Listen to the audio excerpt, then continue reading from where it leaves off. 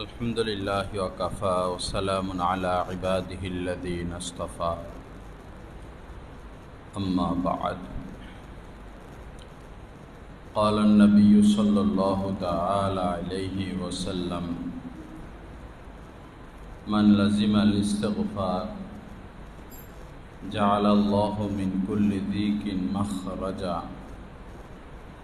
ومن كل هم فرجا ورزقه من حيث لا يحتسب وقال عليه الصلاة والسلام كل مولود يولد على الفطرة فأبواه يهودانه أو ينصرانه أو يمجسانه أو كما قال عليه الصلاة والسلام اللهم صل على سيدنا ومولانا محمد وعلى آل سيدنا ومولانا محمد وبارك وسلم أستغفر الله الذي لا إله إلا هو الحي القيوم وأتوب إليه আল্লাহ পাক জাল্লা জালালুহু আমাদের সবাইকে মাফ করে দেন। আল্লাহ পাক আমাদের উপর, আমাদের দেশের উপর, সমস্ত মুসলমানদের উপর খাস মেহেরবানি করে দেন। আল্লাহ পাক আমাদের সবাইকে ইসলাহে কামেল নসিব করে দেন। বিপদ আপদ এটা বিশেষ করে দুই কারণে হয়, আসে। এক তো মানুষ যখন নাফরমানি শুরু করে, সীমা লঙ্ঘন শুরু করে, আল্লাহ পাকের অবাধ্য হতে থাকে, আযাব গজব হিসাবে আল্লাহ পাক বিপদ আপদ দিয়ে থাকেন।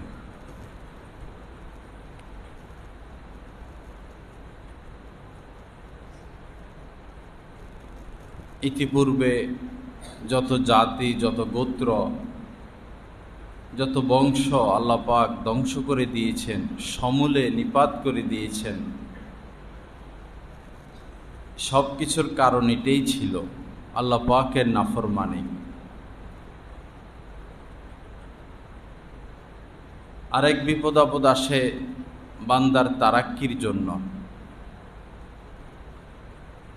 বান্দা আল্লাহ পাকের কাছে কোনো উঁচু মাকাম চায়, অনেক উপরে উঠতে চায়, অনেক ভালো পজিশন চায়, কিন্তু সে অনুপাতে তার আমল নাই, আমলের স্বল্পতা, কিন্তু চায় অনেক বেশি। তো আল্লাহ পাক কিছু বিপদ আপদ দিয়ে, কিছু কষ্ট দিয়ে তাকে সেই মাকাম মর্যাদা আল্লাহ পাক দান করে দেন। এই বিপদ আপদটা এমন যে ওই বিপদের সময়ও আল্লাহ পাকের সহযোগিতা অবশ্যই থাকে, আল্লাহ পাকের সহযোগিতা অবশ্যই থাকে। সন্তান অপরাধ করলে মা বাবা সন্তানকে শাস্তি দেয়, শাস্তি দেওয়ার সময়ও মা বাবা খেয়াল রাখে থাপ্পড়টা যে দিচ্ছি কোথায় দিচ্ছি, জোরে তো হচ্ছে না, বেত দিয়ে বাড়ি দিচ্ছি, বাড়িটা কোথায় লাগে, হাড্ডিতে লাগলে ব্যথা বেশি পাবে, মুখে লাগলে ব্যথা বেশি পাবে। মা বাবার খেয়াল যেমন থাকে, নেককার বান্দাদেরকে বিপদ দিলে দেওয়া অবস্থায় আল্লাহ পাকের দয়া এর থেকে হাজার গুণ বেশি থাকে। এজন্য ঘাবড়াইতে নাই, পেরেশান হইতে নাই, অস্থির হইতে নাই। ওয়ালা নাবলু আন্নাকুম, আল্লাহ পাক বলেছেন অবশ্যই আমি পরীক্ষা করব, অবশ্যই আমার আপনার জীবনে পরীক্ষা আসতেই থাকবে। বরঞ্চ বলা চলে যে সার্বক্ষণিক আমরা পরীক্ষাই দিচ্ছি, সার্বক্ষণিক পরীক্ষাই দিচ্ছি। সার্বক্ষণিক নফসকে কন্ট্রোল রাখতে হয়। নফস এদিকে ছুটে, সেদিকে ছুটে, ওদিকে ছুটে, বিভিন্ন কিছু সে কামনা করে, চায়। চোখ বিশেষ কিছু কামনা করে, জবান বিশেষ কিছু কামনা করে, অন্তরাত্মা বিশেষ কিছু কামনা করতে থাকে, বাসনা করতে থাকে, ইচ্ছা করতে থাকে, তাদের চাহিদা আছে। আমি যখন তাদের অবৈধ চাহিদাগুলো থেকে তাদেরকে বিরত রাখব, এটাও একটা পরীক্ষা, এবং আমরা পাশ করতে থাকি। মুহূর্তে মুহূর্তে বান্দার তারাক্কি হতে থাকে, মুহূর্তে মুহূর্তে বান্দা নিচের দিকে যাইতে থাকে। যারা সচেতন আল্লাহ আল্লাহ রাসূলের ব্যাপারে, দ্বীনের ব্যাপারে, যারা আল্লাহওয়ালা, যারা জ্ঞানী মানুষ, মুহূর্তে মুহূর্তে তাদের তারাক্কি হয়। আর বহু মানুষ আসতে বুঝে না, মুহূর্তে মুহূর্তে তারা নিচে চলে যায়। তো যে পরীক্ষা যে আল্লাহ পাক করবেন নেককারদেরকে, বিভিন্নভাবে হতে পারে। হয়তো সন্তান অবাধ্য, সন্তানের যাতনা যন্ত্রণা দিনরাত সয়ে নিতে হয়, এটা একটা পরীক্ষা চলতেছে। হয়তো স্ত্রী অবাধ্য, স্ত্রীর সাথে বনিবনা হয় না, মনের মিল হয় না, এটা এক কঠিন যন্ত্রণা। আমাদের সাবেক প্রেসিডেন্ট এই হামিদ সাহেব, উনি প্রধানমন্ত্রীকে বলেছিলেন যে আপনি তো নারী নির্যাতনের বহু আইন করলেন, শত শত আইন করলেন, পুরুষ নির্যাতনের তো কোনো আইন করলেন না।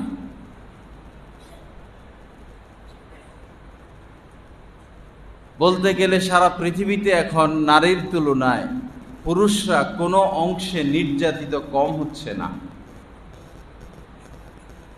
এত বেশি নারীদের পক্ষে আইন, আর সরকার প্রশাসন এত বেশি তাদেরকে সাপোর্ট করে। এটার বহির্প্রকাশ হিসাবে বহির্বিশ্বে পাশ্চাত্যদের দেশে এখন মানুষ নারীদেরকে বিয়েই করে না, বিয়ে করাই ছেড়ে দিছে।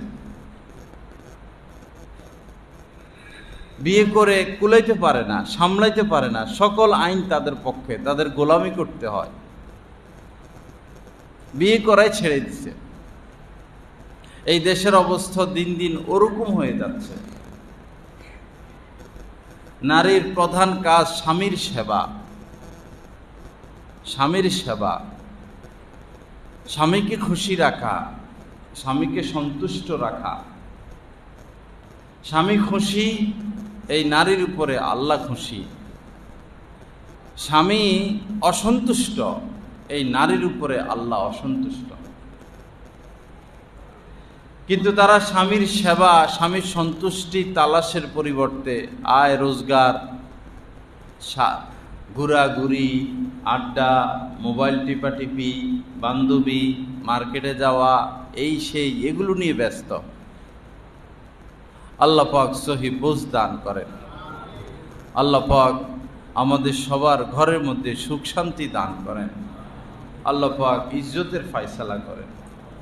তো স্ত্রীর যাতনা, স্ত্রীর যন্ত্রণা, স্ত্রীর পক্ষ থেকেও কঠিন কঠিন পরীক্ষা আমাদেরকে সয়ে নিতে হবে। স্বামী অসৎ, স্ত্রীকে সয়ে নিতে হবে। স্ত্রী অসৎ, স্বামীকে সয়ে নিতে হবে। আর ভাববে এটার দ্বারা আল্লাহ আমাকে তারাক্কি দিচ্ছেন। সারা রাত জেগে ইবাদত করলে আমার তো কিছু কষ্ট হতো, সারা রাত জেগে জেগে ইবাদত করলে তো আমার কিছু কষ্ট হতো, তো সারা রাত জেগে তো ইবাদত করতে পারি না, স্ত্রীর কথার আঘাত, আচরণের আঘাতের দ্বারাও তো কষ্ট হচ্ছে।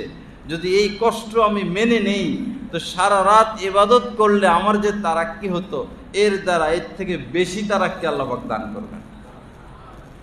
স্ত্রীরাও এরকম মেনে নিবে, বুঝে নিবে, চিন্তা করে নিবে। আসল মাকসাদ বানানো উচিত আল্লাহকে পাওয়া, তখন জীবনটা সুন্দর হবে, সুখময় হবে, আরামদায়ক হবে। যে আল্লাহকে পাওয়াই জীবনের মাকসাদ, উদ্দেশ্য। আমি যেন আল্লাহর হয়ে যাই, আল্লাহ যেন আমার হয়ে যায়। আমি যেন আল্লাহর হয়ে যাই, আল্লাহ যেন আমার হয়ে যায়, আল্লাহ পাকের সাথে যেন এক গভীর নিবিড় সম্পর্ক হয়ে যায়, আল্লাহ পাকের সাথে যেন যোগাযোগ হয়ে যায়, আল্লাহ পাকের সান্নিধ্য যেন আমি পেয়ে যাই। আল্লাহওয়ালারা এটা অনুভব করেন যে এই মুহূর্তে আমার আল্লাহ আমার উপর খুব খুশি। আল্লাহওয়ালারা এটা অনুভব করেন। আবার কোনো কারণে সামান্য এদিক সেদিক হলেই আল্লাহ পাক অভিমান করেন ওই বান্দার উপরে। আল্লাহওয়ালারা সে অভিমানও বুঝে, অনুভব করে যে এখন মোয়ামেলা বেশি ভালো চলতেছে না, অভিমান চলতেছে। অভিমান কিন্তু রাগ না, অভিমান অভিমান। আবার যখন কোনো গুনাহের কারণে আল্লাহ পাক অসন্তুষ্ট হয়ে যান, তখনও আল্লাহওয়ালারা এটা অনুভব করেন আমার রব আমার উপর এখন অসন্তুষ্ট, তখন সেও পাগল হয়ে যায়। কান্না কাটি, দোয়া, মুনাজাত, ইস্তেগফার, এতটা ইস্তেগফার করে তারা, এতটা কান্নাকাটি করে, এতটা রোনাজারি করে, এতটা অস্থির হয়, এতটা পেরেশান হয়, গুনাহ হয়ে গেছে, অপরাধ হয়ে গেছে, নিজেদের পক্ষ থেকে এতটা তারা অনুতপ্তশীল হয়। এক পর্যায়ে আল্লাহ পাক আগে যতটা নৈকট্য ছিল ওই বান্দাকে আরো বেশি নৈকট্য দান করেন। আল্লাহ পাক জাল্লা জালালু আমাদেরকে আল্লাহকে খুঁজে পাওয়ার তৌফিক দান করেন। বাবা, টার্গেট একটা বানাই, আল্লাহকে পাওয়া। আপনি যা করতেছেন করেন, আপনার এই স্বপ্ন, আপনার সেই স্বপ্ন, আপনার ওই স্বপ্ন, যেটা করতেছেন বৈধ পন্থায় করেন।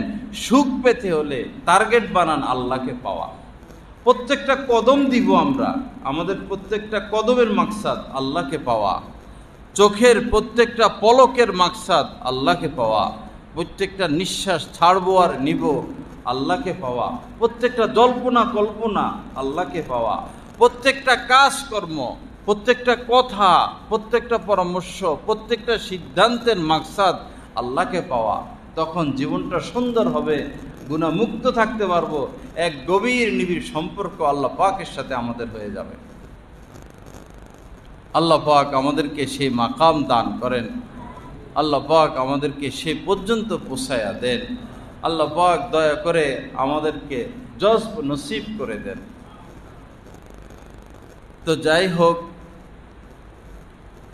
পরীক্ষা বিভিন্নভাবে আসতে পারে। ওয়ালা নাবলু আন্নাকুম বিশাইইন, বিভিন্নভাবে পরীক্ষা আসতে পারে। মিনাল খৌফ, ভয়ের মাধ্যমে, ওয়াল জু', ক্ষুধার মাধ্যমে, ওয়া নাকসিম মিনাল আমওয়ালি ওয়াল আনফুসি ওয়াস সামারাত, জানের ক্ষতি, মালের ক্ষতি, এবং এই কোনো আত্মীয় স্বজনের বিয়োগ ব্যথার মাধ্যমেও আল্লাহ পাক পরীক্ষা করেন।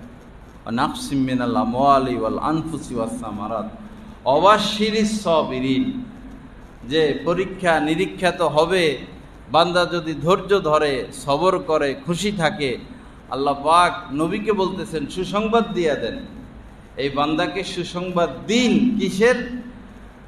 যে সব দুনিয়া এবং আখিরাতের সকল কল্যাণের সুসংবাদ দিয়ে দেন। ওয়াবাশশিরিস সাবিরিন। নবীজিকেও আল্লাহ পাক কম পরীক্ষা করেন নাই। সবচেয়ে বেশি কষ্টের শিকার হয়েছেন নবীজি, সবচেয়ে বেশি। 3টা বছর যারা হজে যান, উমরা যান, গরম, ওই সময়, এখন তো কিছু পানি টানির ব্যবস্থা রয়েছে, কিছু গাছপালাও লাগানো হয়েছে, ওই সময় তো এগুলো ছিল না। এই শেয়াবে আবি তালেব, ওনার চাচা আবু তালেবের, এই খাজা আবু তালেবের পাহাড়ের চূড়া, পাহাড়ের ঢালে 3টা বছর তাবু টেনে নবীজি ছিলেন। 3টা বছর, কোথায় পানি, কোথায় খাদ্য। কাফেররা সারাদিন পাহারা দিত, কোনো খাদ্য পানি যেন আসতে না পারে। 3টা বছর নবীজি, আত্মীয় স্বজন, মুসলমানগণ, নবীজির বংশের লোকজন এখানে গৃহবন্দী ছিলেন। কেউ কথা বলতো না, আরবের কেউ, তারা ঐক্যবদ্ধ হয়েছে, মুশরিকরা, কুরাইশরা, কেউ কথা বলবে না, বিয়ে দিবে না, বিয়ে করাবে না, কোনো কিছু কিনবে না, কোনো কিছু বিক্রি করবে না, কোনো সহযোগিতা করবে না। তো এই মানুষগুলো থাকবে কিভাবে এই শহরে? এই অবস্থা কায়েম করছে তারা। তো পরীক্ষা নবীজির উপরে কম হয় নাই। এই 3 বছর কেটে উঠতে না উঠতেই আবার হযরতে খাদিজা রাদিয়াল্লাহু তাআলা আনহা মারা গেলেন। আঘাতের উপরে আঘাত। লা ইলাহা ইল্লাল্লাহ। আমাদের জীবনেও এরকম আসতে পারে, ধৈর্য ধরতে হবে। বিভিন্নভাবে আসতে পারে। হঠাৎই ব্যবসায় মায়ের, বাস ধৈর্য ধরা। ব্যবসা ভালো হইতেছে, হঠাৎই মায়ের খেলাম। বিভিন্নভাবে এরকম আঘাত, সামাজিকভাবে, পারিবারিকভাবে, রাষ্ট্রীয়ভাবে। ধৈর্যই হচ্ছে আমাদের আসল সম্পদ। আল্লাহ পাক আমাদের প্রতি মেহেরবানি করেন। আল্লাহ পাক আমাদেরকে গুনাহমুক্ত থাকার তৌফিক দান করেন। তো যখনই বিপদ আপদ আসে, এক তো ধৈর্য ধরা এবং আল্লাহর কাছে বেশি বেশি মাপ চাওয়া, দান সদকা করা।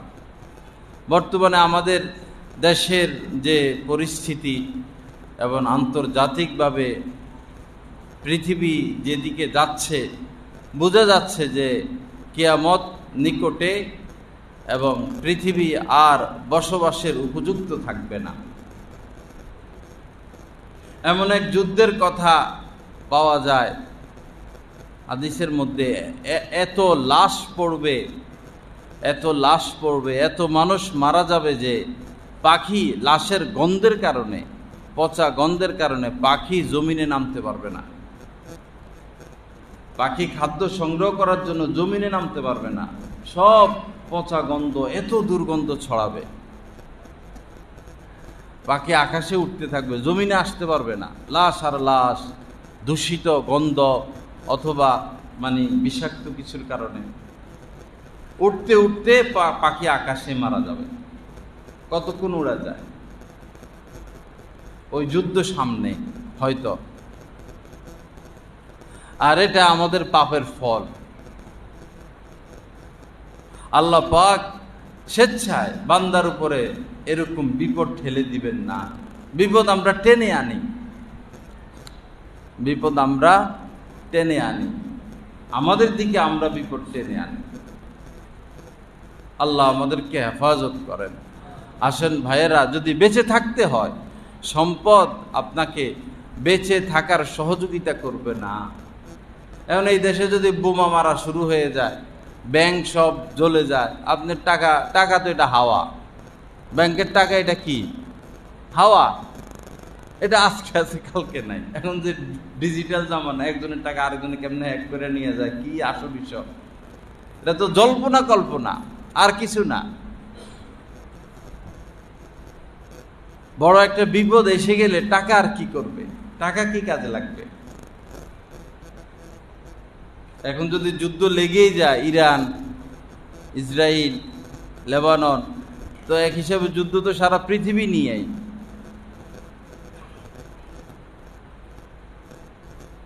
লা ইলাহা ইল্লাল্লাহ। আল্লাহ পাক আমাদেরকে মাফ করে দেন। আমাদের পরিবার আছে, আমরা আছি, আমাদেরকে বেঁচে থাকতে হবে। কেন এত সীমা লঙ্ঘন করি আমরা?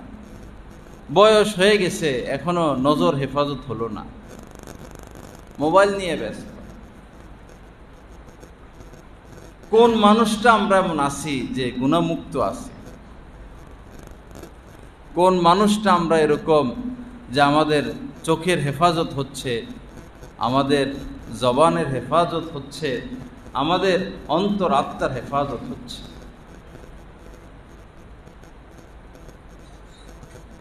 কিছু মানুষ পাওয়া যায় হালাল খায়, 5 ওয়াক্ত নামাজ পড়ে, রমজান মাসে রোজা রাখে, হজ ফরজ হইল হজ করলো, জরুরি এবং ফরজিয়াত যেগুলো ফরজ সেগুলো সে আদায় করে, কিন্তু গুনাহ থেকে বাঁচে না। আবার কিছু আল্লাহর বান্দা এমন আছে যে ফরজগুলো তো আদায় করে আর গুনাহগুলো থেকেও বেঁচে থাকে, কিন্তু এই 2টা গুনাহ থেকে বাঁচে না। নজর হেফাজত করে না আর গীবত থেকে বাঁচে না। আবার কিছু আল্লাহর বান্দা এমন আছেন যে এই ফরজ সব আদায় করে, তো নজর হেফাজতও করে, সমস্ত গুনাহ থেকেও বেঁচে থাকে, কিন্তু গীবত শুনে গীবত করে, কিছু হইলেও গীবত শুনে গীবত করে, বা গীবত করে না কিন্তু কিছু গীবত শুনে। আবার কিছু বান্দা এমনও আছেন যে সমস্ত ফরজ ওয়াজিব সুন্নতে মুআক্কাদা আদায় করে, নফলও পড়ে, নজরও হেফাজত করে, গীবত থেকেও বাঁচে, সমস্ত গুনাহ থেকেও বাঁচে, কিন্তু এক জায়গায় গিয়ে ধরা খায়, সেটা হলো দিল হেফাজত করে না। তরতিবটা মনে রাখবেন, সিরিয়াল ধারাবাহিকতা, দিল হেফাজত করে না। সব ঠিক আছে, তার দিল মুশকিল। দিল হেফাজতের ব্যাখ্যা বিশ্লেষণ ব্যাপক। আপনার দিলে কাহার প্রতি হিংসা থাকবে না। একটা হলো হিংসা আসে, সেটা ক্ষতি না, আপনি হিংসা করবেন না। আপনার দিলে কাহার প্রতি দুশ্মনী থাকবে না। গত সপ্তাহে যে হাদিসটা আলোচনা হয়েছিল, ওয়ালা তাবাগাজু, কাহার প্রতি দুশ্মনী রাখবা না, এটা দিলের কথা। ওয়ালা তাহাসাদু, কাহার প্রতি হিংসা রাখবা না, দিলের বিষয়। ওয়ালা তাদাবারু, কাহার পিছনে লেগে থাকবা না।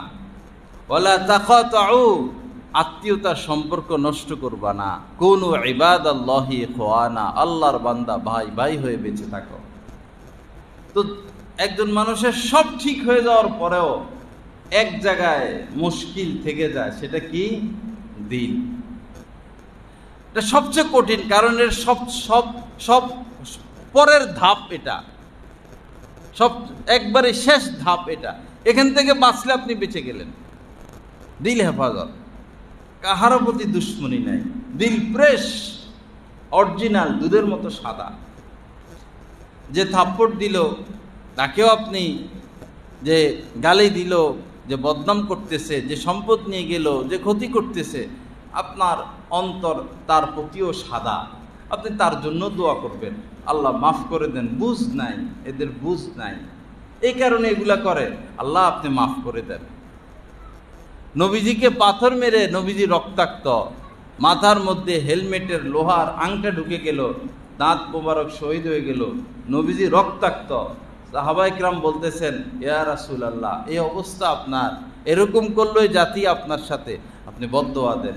যুদ্ধের ময়দানে, উহুদের ময়দানে আপনি বদদোয়া দেন, অভিশাপ দেন। বদদোয়া দিলে তো সাথে সাথে গজব নাজিল হবে।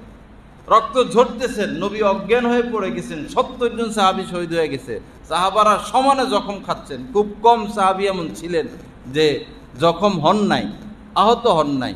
70 জন অলরেডি শহীদ। নবীজি জ্ঞান হারিয়ে ফেলেছেন, নবীজি রক্তাক্ত।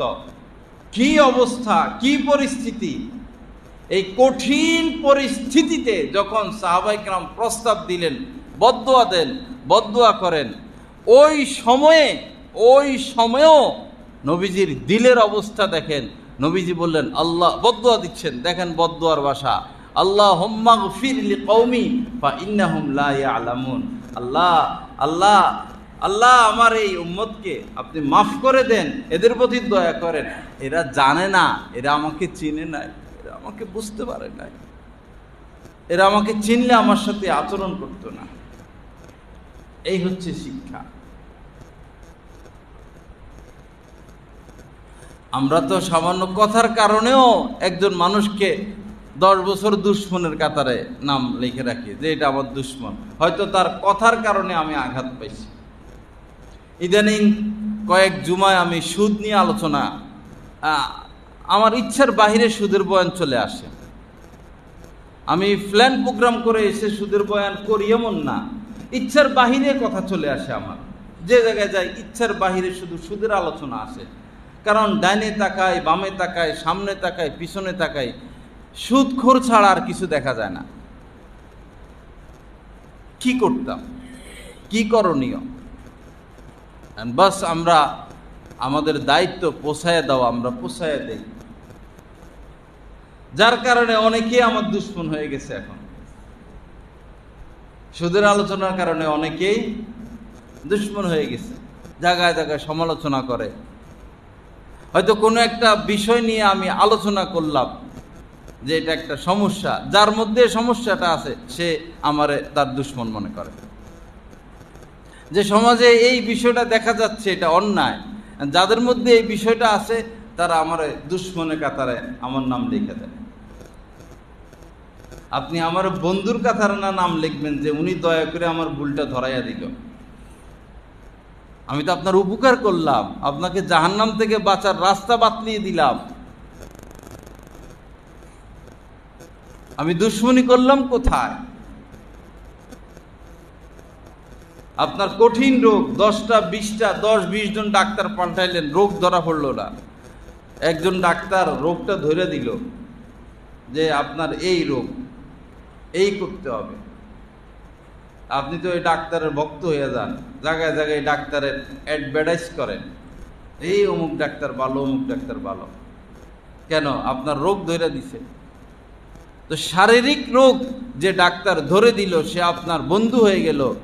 অন্তরাত্মার রোগ যিনি ধরে দিলেন, যিনি আপনাকে চিরস্থায়ী জাহান্নামের আগুন থেকে বাঁচিয়ে দিলেন, তিনি আপনার বন্ধু হওয়ার কথা না পরম বন্ধু হওয়ার কথা? অকৃতজ্ঞতা ঠিক না, অকৃতজ্ঞতা। আমাদেরকে কিছু করার নাই, আমাদেরকে আল্লাহ হেফাজত করবেন। আমরা এক ধরনের নাছোড় বান্দা, জেলখানে যাব, সেখানে যাইও দিনের দাওয়াত দিব, ফাঁসির কাস্টে ঝুলব, এখন ফাঁসি হবে, ফাঁসির আগে যারা ফাঁসি দিবে, ভাই 5 ওয়াক্ত নামাজ পড়ো, হালাল খাইও, সত্য কথা বললো, গীবত করো না, নামাজ পড়ো, মা বাবার খেদমত করো, ফাঁসির কাস্টে দাঁড়াইও। আমাদের কথা এটা। হযরত ইউসুফ আলাইহিস সালামকে জেলে পাঠাইছেন না, তো বেচারা জেলে যাই কি করছে? জেলে যাইয়া একবারই পুরা জেলখানা পরিষ্কার করে ফেলেছে, পরিষ্কার, বড় বড় ইন্দুর বাইর হইছে, এটা জেলখানার ভিতরে ময়লা জয়লা, সবাই গোসল টোসল করাইয়া পরিষ্কার, মানুষরা গোসল করাইছে, দাওয়াত দেওয়া শুরু করছে। উনিও জেলে ঢুকছেন, সাথে 2 জন লোকও জেলে ঢুকছে, 2 যুবক জেলে ঢুকছে সাথে। তো তারা হযরত ইউসুফ আলাইহিস সালামকে দেখে ভাবছেন যে উনি জ্ঞানী হবে। তো তারা এসে বলতেছে, আমরা তো একটা স্বপ্ন দেখছি, আপনি একটু ব্যাখ্যা বলে দেন। ইউসুফ আলাইহিস সালাম ভাবলেন যে সুযোগ পাইছি, কারণ ওই সময় সব মূর্তি পূজক, সুযোগ পাইছি, তারা আমার কাছে আসছে, এই সুযোগে দিনের দাওয়াত দিয়ে দিই। ইউসুফ আলাইহিস সালাম বললেন যে আমি স্বপ্নের ব্যাখ্যা জানি, আমার রব আমাকে এটা শিক্ষা দিচ্ছেন। ইশারা ইঙ্গিতে একজন রব আছে, বুঝাচ্ছেন, তোমাদেরকে আমি স্বপ্নের ব্যাখ্যা বলে দিব, তোমাদের খাদ্য আসার আগে আগে, একটু পরে খানা আসবে। কারণ হুজুর যদি লম্বা ওয়াজ শুরু করে দেয় এদের কাছে আবার বিরক্তি লাগবে, এজন্য সীমা বলে দিচ্ছেন যে একটু পরে তো খানা আসবে, খানার আগে আগে স্বপ্নের ব্যাখ্যা বলে দিব, এর আগে আমার 2-1টা কথা শোনো। বাস তাওহীদের দাওয়াত দিয়ে দিচ্ছেন, ঈমানের দাওয়াত দিয়ে দিচ্ছেন। জোলাইখা লোক দিয়া মারাইতো, পিটাইতো, জেলখানার ভিতরে চাবুক দিয়া পিটাইতো। এগুলা ইসরায়েলি রওয়ায়াত, লা নুসাদ্দিকু ওয়ালা নুকাযযিবু। চাবুক দিয়া পিটাইতেন, সয়ে নিতেন। হযরত ইউসুফ আলাইহিস সালামকে যখন পাপের প্রস্তাব দেয় জোলাইখা, 60টা স্টিলের দরজা, লোহার, এই জামানায় এরকম মোটা মোটা দরজা নাই, এই জামানার তালা এত বড় বড় ছিল, স্টিলের এরকম দরজা তো এখন এত চিকন, এরকম মোটা মোটা দরজা, তাও বিশাল বড় বড় দরজা, এরকম দরজা এখন বানানো সম্ভব না। এরকম 60টা দরজার মধ্যে তালা লাগাইয়া গোপন কক্ষে পাপের প্রস্তাব দেয়। আমাকে আপনাকে যদি প্রস্তাব দিত এই অবস্থায়, আমরা কি নিজেকে বাঁচিয়ে আনতে পারতাম? এই যে মেয়েরা পর্দা করে না, শরীর দেখাইয়া ঘুরে, চেহারা দেখাইয়া ঘুরে, এটাও এক ধরনের প্রস্তাব যে আমাকে দেখো। এটা তো প্রস্তাবই, আমাকে দেখো। তা আমরা তো দেখি, আমরা তো ফেল করতেছি। ব্যাংকের ভদ্রলোকেরা এসে এসে প্রস্তাব দেয়, নেন 5 লাখ নেন, 10 লাখ নেন, 20 লাখ নেন, আমরা তো মার খাই, যে অসুবিধা কি নেই। অথচ হজ করে আইছে, অথচ উমরা করে আসছে, অথচ সামনের কাতারের মুসল্লি, বড় বড় দাড়ি, সাদা সাদা দাড়ি, সাদা সাদা পাঞ্জাবি, কয়েকটা মসজিদ করতেছে, কয়েকটা মাদ্রাসা করতেছে, আর খাইতেছে কি? উত্তম খাবার, বাথরুমের টাঙ্কির উত্তম খাবার খাইতেছে কি? এগুলা কই যে একটু আঘাত লাগাইয়া কই তো আঘাত লাগাইয়া বলি এই কারণে যে আল্লাহর বান্দারা যেন ছাড়ে, আল্লাহর বান্দারা যেন ছাড়ে, জন্য ইচ্ছা করে একটু আঘাত দেই, যেন আমরা এগুলো ছেড়ে দেই। আল্লাহ হেফাজত করেন। আল্লাহ পাক সহি। আপনি ওই সময় খাঁটি মুমিন, আপনি ওই সময় খাঁটি মুমিন, আল্লাহর খাস বান্দা, সব ছাইড়া সংসার চলে না, রিক্সা চালাবেন, রিক্সার কি অভাব পড়ছে? জুতার কাজ করবেন, রাজের কাজ করবেন, সংসার কি চলবে না? বাথরুমের উৎকৃষ্ট, টাঙ্কির উৎকৃষ্ট খাবার খাইতে হবে আপনার। আপনি খান ভালো কথা, আপনার নিষ্পাপ বাচ্চাদেরকে খাওয়ান কেন? আপনি তো গাদ্দার, আপনি পিতা না, আপনি গাদ্দার। আপনি স্ত্রী, সন্তান, পরিবারের সাথে গাদ্দারি করছেন। আপনার উপর ওয়াজিব ছিল স্ত্রী সন্তানকে হালাল খাওয়ানো, আপনি করতেছেন গাদ্দারি, আপনি বেঈমান, আপনি মুনাফিকি করতেছেন, আপনি জাতিকে ধ্বংস করতেছেন। পৃথিবীর অর্থনৈতিক যে বর্তমানে পরিস্থিতি, দেশের যে পরিস্থিতি, এই সুদি কারবারের কারণে, সুদি লেনদেনের কারণে কেউ ধনী হচ্ছে তো হচ্ছেই, আর যারা ফকির তারা ফকির হচ্ছে। যার কাছে টাকা আছে, টাকার মার পেছে সে আরো টাকা বানাচ্ছে। আল্লাহ পাক হেফাজত করেন, আল্লাহ পাক সহি বুঝ দান করেন, আল্লাহ পাক ইসলাহ তাসকিয়া, আল্লাহ পাকের মোহব্বত আমাদেরকে দান করেন। কি যেন বলতেছিলাম? হ্যাঁ, ও হযরত ইউসুফ আলাইহিস সালামের কথা। তো দেখেন, তো উনাকে প্রস্তাব দিছে জুলাইখা, উনি যদি সেদিন পাপে লিপ্ত হতো, উনি কি নবী হতে পারতেন? নবীরা আগেও নিষ্পাপ, নবী হওয়ার আগেও নিষ্পাপ, নবীরা নবী হওয়ার পরেও নিষ্পাপ। নবী হতে পারতেন না, মিশরের বাদশা হতে পারতেন না। জেলখানায় নিয়ে এভাবে পিটাইতেন, চাবুক মারতেন, তিনি তো তার কথার উপরে অটল। হযরতে ইমামে আজম ইমাম আবু হানিফা রহমতুল্লাহ আলাইহি কেউ তৎকালীন বাদশাহ জেলখানায় নিয়ে জেলখানায় প্রবেশ করিয়েছেন এবং প্রতিদিন চাবুক দিয়ে পিটাইতেন। উনার জামানায় উনার চেয়ে বড় আলেম, উনার জামানায় উনার চেয়ে বড় আল্লাহওয়ালা আর কেউ ছিল না। উনার জামানায় উনার চেয়ে বড় আরেফ বিল্লাহ কেউ ছিল না। উনার জামানায় উনার চেয়ে আল্লাহ পাকের কাছে মাহবুব কেউ ছিল না। এই দুনিয়ার রাজা বাদশারা, এই গাদ্দারেরা নিজের ক্ষমতা টিকানোর জন্য যুগ যুগ ধরে আলেম ওলামার গায়ে হাত তুলছে। ওই গাদ্দারদের পরিণতি আমাদের দেখা উচিত। ফেরাউনের পরিণতি দেখা উচিত, নমরুদের পরিণতি দেখা উচিত, আবু জাহেল আবু লাহাবের পরিণতি আমাদের দেখা উচিত। আলেমরা ক্ষমতার আমাদেরকে আয়সা যদি বলে মন্ত্রিত্ব নেন, আস্তাগফিরুল্লাহ, থু, নে তোর মন্ত্রিত্ব, তুই দরকার নাই, আমাদেরকে আল্লাহর সাথে থাকতে দাও। যদি বলে এই দায়িত্বটা নাও, ভাই ঝামেলা ভালো লাগে না, আল্লাহর সাথে থাকতে দাও। আল্লাহওয়ালারা এক পর্যায়ে কেমন যেন মানুষ থেকেও দূরে সরে যান। পরিবারের ঝামেলা, সমাজের ঝামেলা, এই ব্যবসা বাণিজ্য, এই ঝামেলা সেই ঝামেলা থেকে আলাদা হয়ে একা থাকতে চান। এটা আল্লাহওয়ালাদের এক নিদর্শন, তারা একা থাকা পছন্দ করে। আসলে তো একা না, আসলে কার সাথে বিয়া করছে, বিয়া হইছে, এখন স্বামী স্ত্রী বান্ধবীদেরকে নিয়ে ব্যস্ত, আর জামাই বন্ধুদেরকে নিয়ে ব্যস্ত, বাসর ঘরে যায় না, স্বামী স্ত্রীর কাছে যায় না, স্ত্রী স্বামীর কাছে যায় না। বিষয়টা কি এমন? নাকি ওই দিন পরম বন্ধু কেউ আর পরম বন্ধুর কি নাই, পাত্তা নাই। বারে বারে ছেলে স্বামীর দিকে, স্ত্রীর দিকে আকর্ষণ, স্ত্রীর স্বামীর দিকে আকর্ষণ, এটাও আল্লাহর এক নিয়ামত। কারণ একজন আরেকজনকে খুঁজতেছে। যখন আল্লাহর সাথে মহব্বত হয়ে যায়, আল্লাহর সাথে ভালোবাসা হয়ে যায়, আল্লাহর সাথে যোগাযোগ হয়ে যায়, যখন দোনো সাইড থেকে, দোনো পক্ষ থেকে, দোনো জানেব সে ইশারে হো চুকে, ইশারা ইঙ্গিত হয়ে যায়, তুম হামারে হাম তুমহারে হো চুকে। বান্দা বলে আল্লাহ আমি তো আপনার, আল্লাহ বলে বান্দা তুই তো আমার। তখন স্ত্রীও ভালো লাগে না, সন্তানও ভালো লাগে না, টাকা পয়সাও ভালো লাগে না, ক্ষমতাও ভালো লাগে না, বাহ ভালো লাগে না, কিছুই ভালো লাগে না। বান্দা আল্লাহর জন্য পাগল। আল্লাহ ওই বান্দাকে পাওয়ার জন্য আল্লাহ পাকও অপেক্ষায় থাকেন, ইন্তজারে থাকেন। আসুন জীবনের আসল স্বাদ খুঁজে নেই, জীবনের আসল স্বাদ খুঁজে নেই।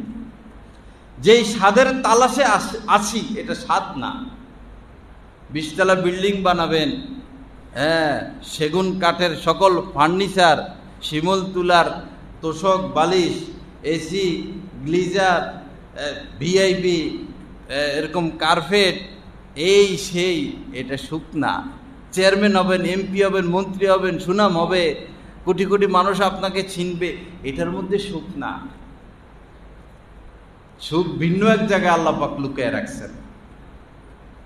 আসল সুখটা লুকায় রাখছেন, সেটা হলো বাস আল্লাহর হয়ে যাওয়া, আল্লাহর হয়ে যাওয়া। আল্লাহ পাক আমাদেরকে আল্লাহকে খুঁজে পাওয়ার তৌফিক দান করেন। আল্লাহ পাক আমাদেরকে আল্লাহর মহব্বত দান করেন। এর জন্য বেশি কিছু করতে হবে এরকম না। আপনি যে অবস্থায় আছেন থাকেন, যা করতেছেন করেন। বহু ব্যবসায়ী বড় বড় আল্লাহর ওলি হয়ে গেছেন, হাজার হাজার আলেম ওলামা ওই ব্যবসায়ীর কাছে যায় বায়াত হয়ে গেছে। করাচির হোমিও ডাক্তার কি যেন নাম, আব্দুল হাই রহমতুল্লাহ আলাই, হোমিও ডাক্তার। হযরত থানভী রহমতুল্লাহ আলাইহির সোহবতে আসা যাওয়া করতে করতে এত বড় আলেম, এত বড় আল্লাহওয়ালা, আরেফে হিন্দ, আরেফ বিল্লাহ তিনি হয়ে গেছেন। বড় বড় আলেম, হাত্তাকে মুফতি তাকি উসমানী সাহেব, মুফতি রফি উসমানী সাহেব, বিশ্ববিখ্যাত আলেমরা যাইয়া ওনার কাছে বায়াত হয়ে গেছে। হযরত থানভী রহমতুল্লাহ আলাইহির সোহবতে যিনি বেশি ছিলেন, উনি ছিলেন ডিসি, ওই জামানার ডিসি। হযরত থানভীর সোহবতে আসা যাওয়া করতেন। এই ডিসি সাহেব সোহবতে থাকতে থাকতে থাকতে থাকতে এত বড় আল্লাহওয়ালা হন, এত বড় আরেফ বিল্লাহ হন, পরবর্তীতে হযরত থানভী রহমতুল্লাহ আলাইহির ইন্তেকালের পরে উনার বড় বড় খলিফা যারা, বড় বড় আলেম, বিশ্ববিখ্যাত আলেম, তারা যাইয়া এই খাজা সাহেবের কাছে বায়াত হয়ে গেছে, অথচ উনি ডিসি ছিলেন। আমাদের সবার আল্লাহওয়ালা হওয়ার রাস্তা খোলা আছে। আপনি রিক্সাওয়ালা, আল্লাহর ওলি হওয়ার রাস্তা খোলা আছে। আপনি সুইফার, আল্লাহর ওলি হওয়ার রাস্তা খোলা আছে। আপনি ব্যবসায়ী, আল্লাহর ওলি হওয়ার রাস্তা খোলা আছে। আপনি যেই ব্যবসায় থাকেন, যেই পেশায় থাকেন, যে নিকৃষ্ট থেকে নিকৃষ্ট কোনো পেশার সাথে যদি আপনি জড়িত, আল্লাহর ওলি হয়ে সর্বোচ্চ সম্মানের আসনে বসার সুযোগ আপনারও আছে। আপনি শুধু 2টা কাজ করেন, গুনাহ ছেড়ে দেন আর কোনো আল্লাহওয়ালার সোহবতে আসা যাওয়া করেন। বেশি দিন লাগবে না, আপনি নিজে অনুভব করতে থাকবেন যে আমি তো দিন দিন আরেক জগতে প্রবেশ করতেছি, মুহূর্তে মুহূর্তে আরেক জগতে প্রবেশ করতেছি। কিন্তু দুটোটা কাজ লাগবে, গুনাহ থেকে বাঁচা আর কোনো আল্লাহওয়ালা সোহবত। সোহবতের ক্ষেত্রে শর্ত হইল মন ফ্রেশ থাকতে হবে। যার সোহবতে যাবেন তাকে আপনি শিক্ষা দিতে যাবেন, তার ভুল ধরতে যাবেন, তার সাথে আপনার এশকাল, মনোমালিন্য নাই, তার প্রতি আপনার আস্থা নাই, তাহলে তার সোহবতে না যাওয়া। যার প্রতি আপনার আস্থা হবে তার সোহবতে যাবেন। হ্যাঁ, যদি এমন কার প্রতি আস্থা নাই তাহলে বুঝতে হবে আপনি মারাত্মক রোগী, আপনার সমস্যা বেশি, আপনার হাত পা বাইতে চিকিৎসা করতে হবে। অনেকে আছে এরকম, আমার পীর হইতে হবে বড় পীর আব্দুল কাদের জিলানী।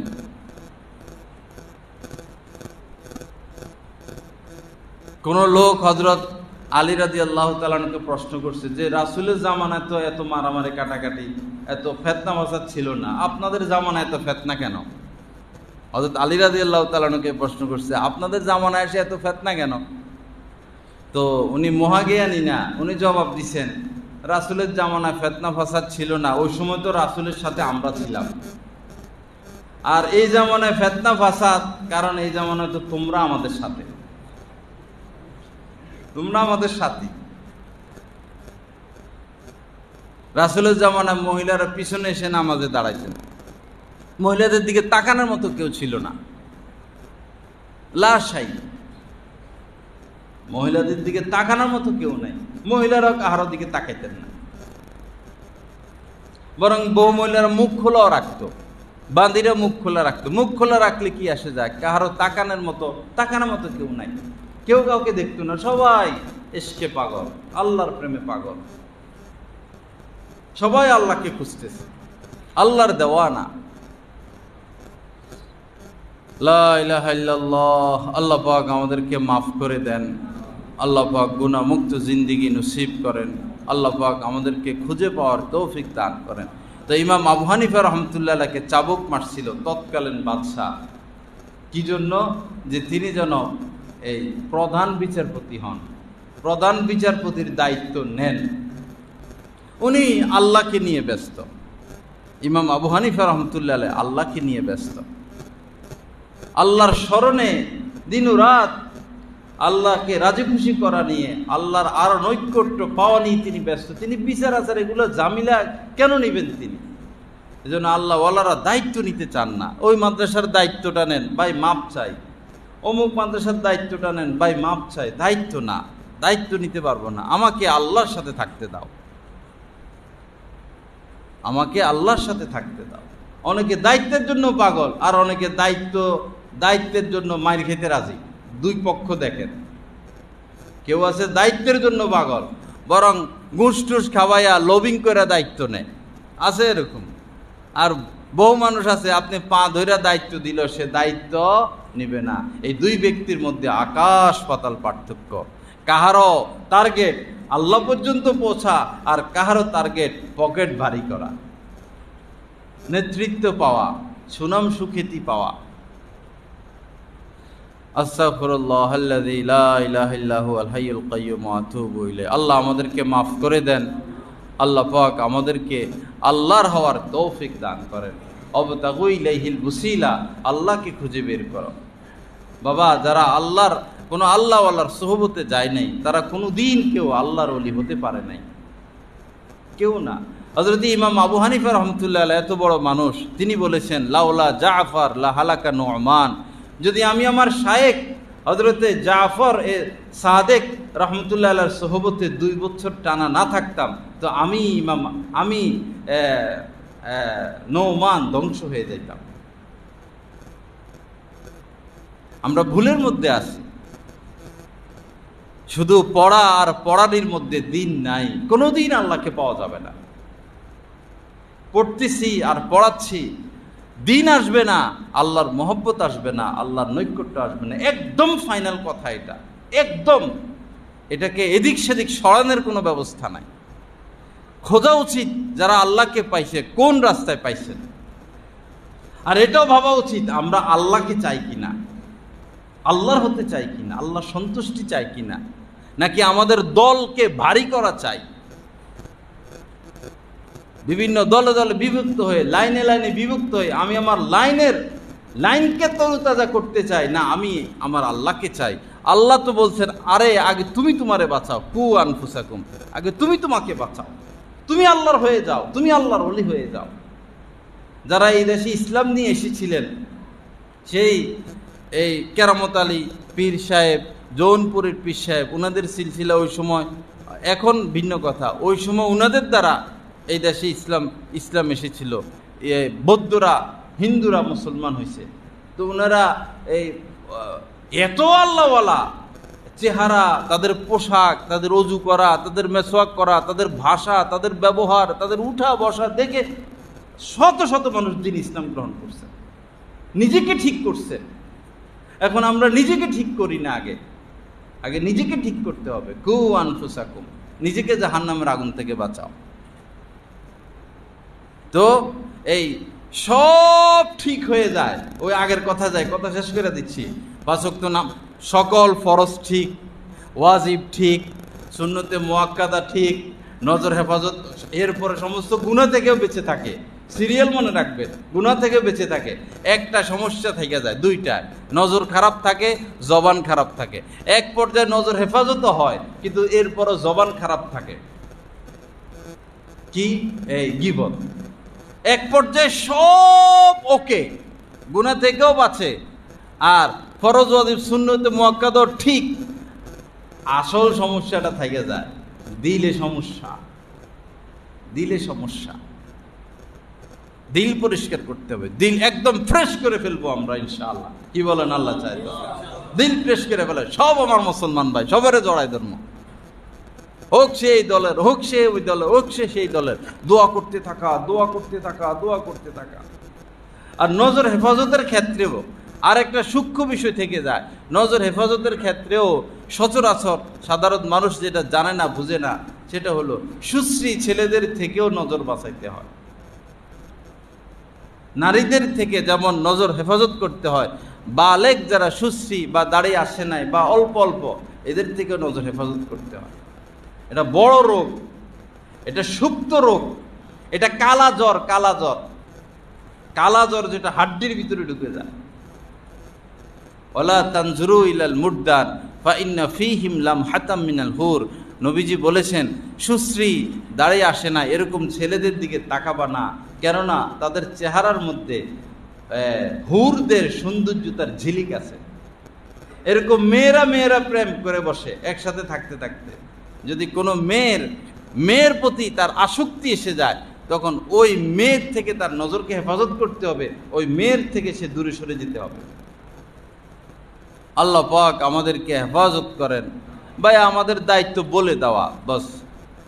আমরা ওয়াজ করে টাকার ধান্দা করি না, আর ওয়াজ প্রতিদিন 10-12টা ওয়াজ করতে হবে, দাওয়াত আরও পাইতে হবে, এই ধান্দা আমরা করি না। যার কারণে সুর টুরু দিই না, আর কথার দ্বারা মিষ্টি মিষ্টি কিচ্ছা কাহিনী কইয়া বিদায় নেই না। আল্লাহর ভয়ে দিন শরীয়ত যা বলা দরকার বলে দেই। আপনারা আমার দাওয়াত দেন বা না দেন, এটা তো আমার ইনকাম সোর্স না।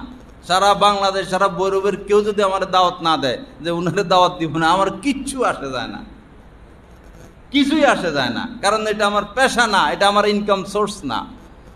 আমরা হক নিয়ে জন্ম হয়েছি, শেষ নিঃশ্বাস ত্যাগ করার আগ পর্যন্ত কুঠি কুটি টুকরা টুকরা করে ফেললেও হকের দাওয়াতি দিয়ে যাব, কাউকে পরোয়া করব না। মোল্লা মৌলবীদেরকে তো ছাড়াই না, বড় বড় আলেম ওলামা, তাতে কি হয়েছে? যারাই ছবি তোলে, আল্লাহর কসম কেউ হকের উপরে নাই। এই কথার উপর একমত হন আপনারা? ফিতনার জামানা, যারা ছবি তোলে তারা কেউ হকের উপর নাই। বলেন, যারা ছবি তোলে কেউই হকের উপরে নাই। সে যেই হোক, ভিডিও করতেছে, চলে আসবেন ওয়াজ থেকে, শুনবেন না এদের ওয়াজ, পয়সা। ভিডিও করতেছে, খবর নিয়ে দেখেন, 20,000, 30,000, 50,000 পয়সার দান্দা। চলে আসেন না, নিজের ভিতরে একটু স্পিরিট আনেন না। কুল্লু মুসাফিরিন ফিন্নার, নবীজির হাদিস, বুখারী মুসলিমের হাদিস, এটাও মানবেন না। যেই ছবি তোলে সেই জাহান্নামের আগুনে যাবে। কেন সামান্য বিষয় আমরা মানতে পারি না? ভিডিও ক্যামেরা নিয়ে নায়ক নায়িকারা ঘুরতো, এখন এরা ঘুরে শুরু করছে। দিন প্রচার করে, দিন প্রচার না, তোমাকে প্রচার নিয়ে তুমি ব্যস্ত। তুমি তো প্রচার হয়েই গেছে, তুমি অডিও বয়ান ছাড়লো তোমার মানুষ খুঁজে বাইর করবো। এত ভক্ত তোমাদের, লক্ষ কোটি মানুষ, সারা পৃথিবীর মানুষ তোমাদেরকে চিনে। তোমরা এখন অডিও বয়ানও যদি নেটে ছাড়ো, মানুষ বয়ান শুনবে, তো ভিডিওটা ছাড়ো না। আপনি বলতেছেন দিন প্রচারের জন্য ভিডিও করতেছি, আপনারা দেখে দেখে তো সাধারণ মানুষ সবাই ভিডিও শুরু করছে, তো তারা কি প্রচারের জন্য ভিডিও করে? আপনি বলে দেন, ভাই আমরা ছবি তুলি দিন প্রচারের জন্য, আমাদের জন্য জায়েজ, কিন্তু তোমরা এই কাম করবা না। একথা তো কেউ কয় না, এটা তো কেউ কয় না। লা ইলাহা ইল্লাল্লাহ। আমরা ভাই নাছর বান্দা, হক বলতে কাউকে পরোয়া করি না, বেপরোয়া। আর এটা কমলপুর মাদ্রাসা, এখানে বসে উল্টা পাল্টা কথা বলার সুযোগ নাই। এখানে দলিল দিয়ে কথা বলতে হয় এবং সব কথার দলিল মাথায় থাকে। যা বলি 1 ঘন্টা যত বয়ান করি দলিল সব আলহামদুলিল্লাহ আছে, কিন্তু সব কথার দলিল দিতে গেলে তো বয়ান হবে না। সব কথার দলিল দিতে গেলে তো বয়ান করা যাবে না, বোঝানো যাবে না একটা বিষয়। আল্লাহ পাক আমাদেরকে মাফ করে দেন, আল্লাহ পাক সহি বুঝ দান করেন। এই মুহূর্তে দেশের জন্য বেশি দোয়া করা, আমাদের দেশের জন্য বেশি দোয়া করা, দেশ যেন শীতল হয়ে যায়, সমস্ত সমস্যা যেন সমাধান হয়ে যায়। বেশি দোয়া, বেশি দোয়া, বেশি দোয়া, দিন থেকে দোয়া সার্বক্ষণিক। এখন আমাদের রাষ্ট্রের জন্য, আমাদের মুসলমান জাতির জন্য আমরা সবাই দোয়া করব। আল্লাহ পাক আমাদেরকে মাফ করে দেন, আল্লাহ পাক আমাদের দেশকে হেফাজত করেন, আমাদের সমস্ত মুসলমানদেরকে হেফাজত করেন। আল্লাহ পাক আল্লাহওয়ালা আলেমদেরকে খোঁজা এবং কেবলই আল্লাহওয়ালা আলেমদের থেকে নসিহত গ্রহণ করার তৌফিক দান করেন। ওয়া আখিরু দাওয়ানা আলহামদুলিল্লাহি রাব্বিল আলামিন ওয়া সাল্লাল্লাহু আলান নবিয়্যিল কারীম।